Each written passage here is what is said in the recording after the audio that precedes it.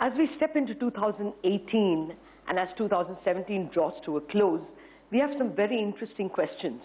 The year 2017 saw global trade grow faster than global GDP after a gap of 2 or 3 years when global trade was even slower than global GDP growth. The other question that 2017 has thrown up is that while Indian growth is normally synchronous with global growth, this year India grew below trend, whereas the world grew above trend, that is above the last 4 or 5 years trend. So there are some questions that 2017 has thrown up.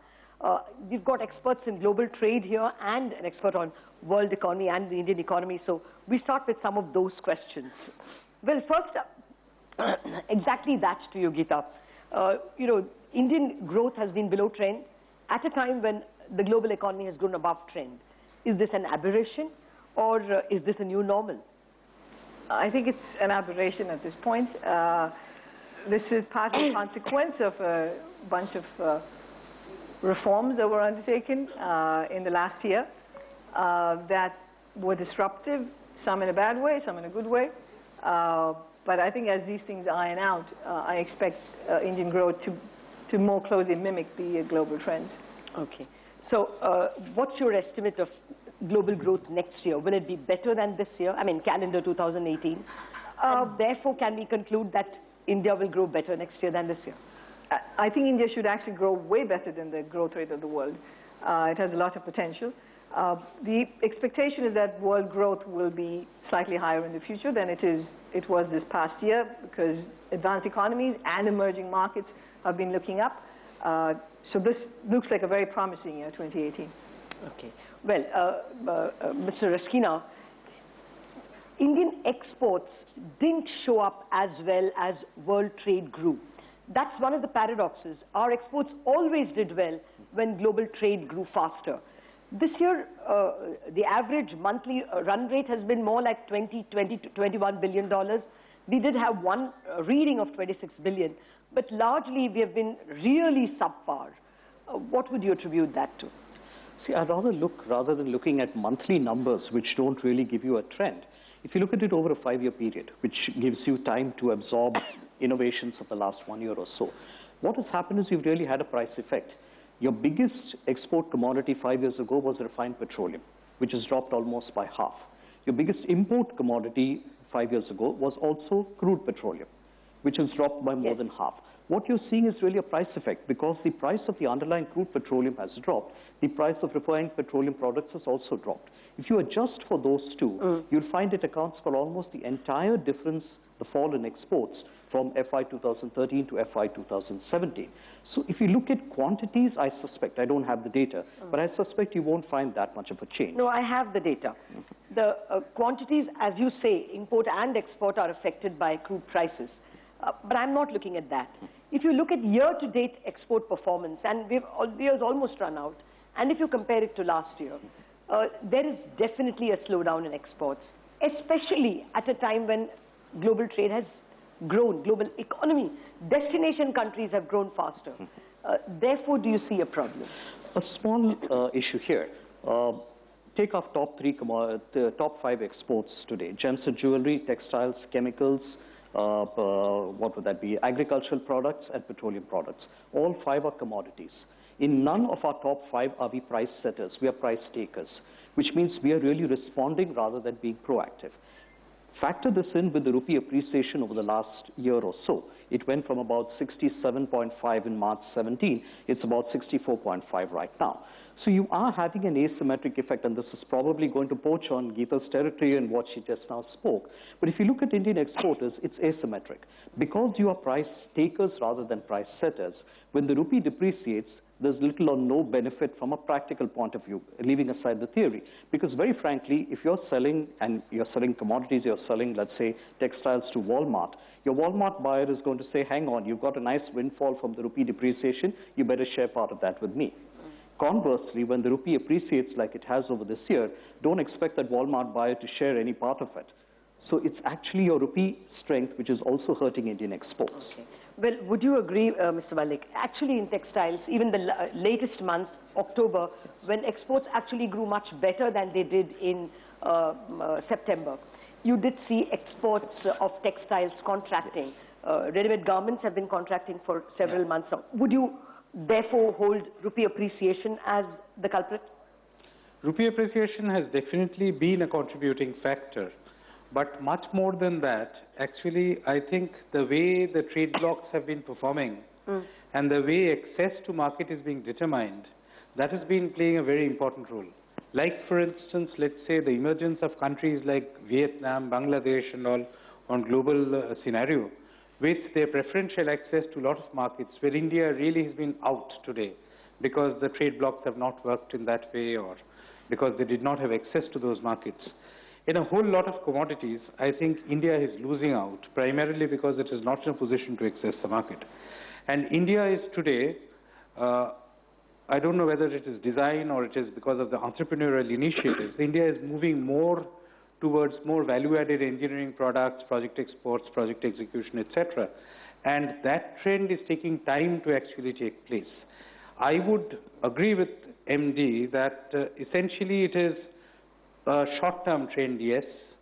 Over the long term and medium term, I think with project exports and higher volume of engineering exports, which India is slowly gaining access to, we will be coming back in a much more manner as a bigger exporter than what we are today. But just because we will do well in engineering exports and project exports, why should we lose out on textiles? So are you saying this is a Commerce Ministry MEA kind of issue that has hurt India? No, it's not governmental, not administrative, nothing. It's a very simple thing that when we move up on the destination, on the economic development scale, we become more expensive as a labor input cost. We anyway have not answered a whole lot of our infrastructural issues, which make a difference, like the movement of goods to the ports, like the power availability, etc. So it makes relatively a higher cost structure than a lot of other countries. Oh, that's a more serious charge. That's a more serious problem. Geeta, where do you stand on this? Is this a productivity issue? I mean, Bangladesh and Vietnam have caught up on productivity and we haven't? Yeah, so my take on which looks to me like a cyclical downturn in exports has something to do with the disruption the GST caused. And the fact that it showed up in textiles tells me that is likely. There certainly has been the issue of exporters having paid into the system but not received the refunds back, and there's a liquidity crunch that's come with it.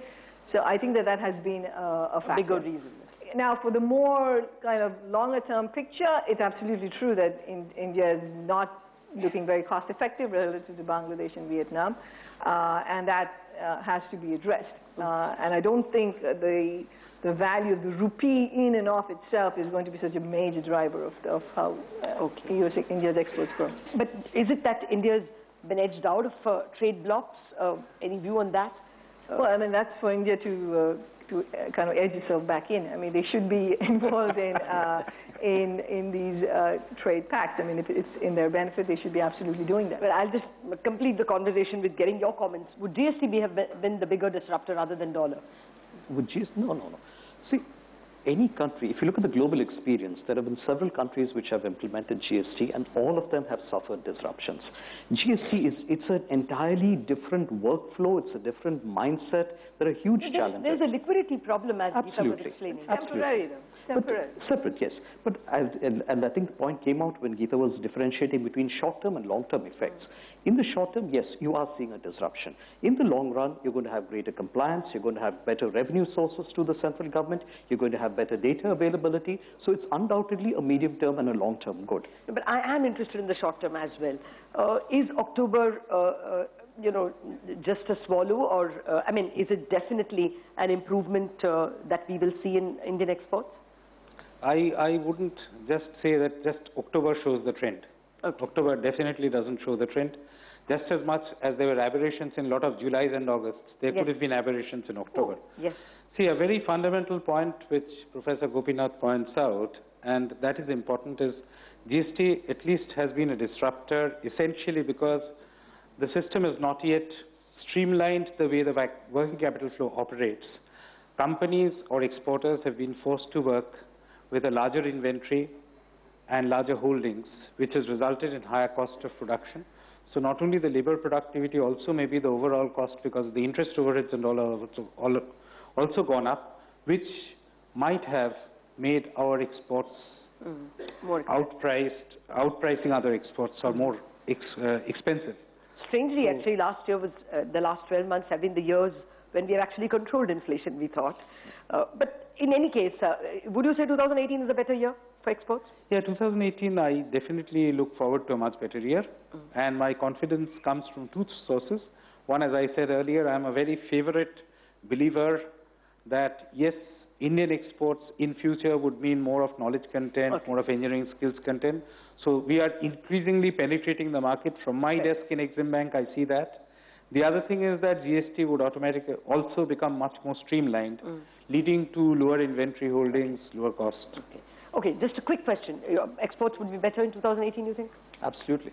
Okay. And Geeta has already said that GST disruption will be gone perhaps next year and we should do better? Definitely by the end of next year. Okay, end of next year. That's still a wait. Well, I wanted to take one more point from what you were, from your lecture. Yes, a stronger dollar need not, a weaker rupee need not necessarily mean our exports will rise. But definitely it means more import substitution. Yes, it does. Okay, so that part of the Mundell-Fleming theory works. Yes, you were paying attention. That's right. Absolutely. Where it works, so that there are two sides to the paradigm. One is that exports would grow and you would cut back on imports. What I believe the reality is that you might not see much of an action on exports, but you will see an action on imports. But what's important is what your currency is doing relative to the dollar, which is the important one. We have a lot more digitized buying, digital buying. And you could buy anything from toothbrushes to toys on the net. And if your rupee is strong vis-a-vis the yuan, and as a matter of fact, in the last 20 months, the yuan has weakened about 8% more than the Indian rupee has vis-a-vis the dollar.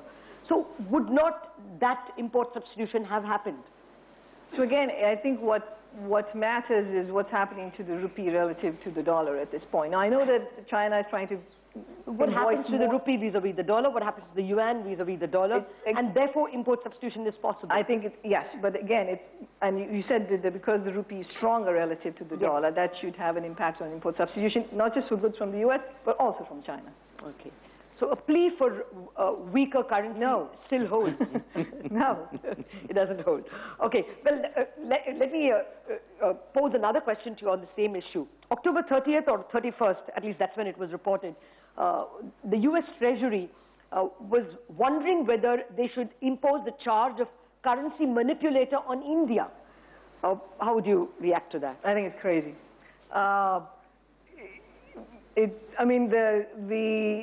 Even identifying a country as a currency manipulator, which is based on reserve accumulation, in my opinion, is bad economics. And so it makes no sense to me, and I can think of many other reasons why countries accumulate reserves that have nothing to do with currency manipulation, besides the fact of, whether a country can actually manipulate its exchange rate in a very persistent way. So no, I think it's very bad. Okay. Well, so that charge is trashed. I guess this soundbite is going to be replayed several times in proof of India being, a market-based currency. But basically, do you think that the Reserve Bank should have at least one eye cocked on the fact that Indian currency has appreciated? I mean, an inflation targeting monetary policy committee is the big difference between how India had its monetary policy earlier and in the last 12 months. And an inflation targeting monetary policy committee would like a stronger rupee rather than a weaker rupee, because its inflation target is under threat when the currency weakens. Yeah. So do you think the Reserve Bank itself likes a stronger rupee? Well, it certainly would be consistent at this point in time with keeping inflation in control, having the rupee where it is. But I'm not a big believer in the idea of manipulating your exchange rate to kind of just get it about right, to kind of get your exports up but keep inflation in check.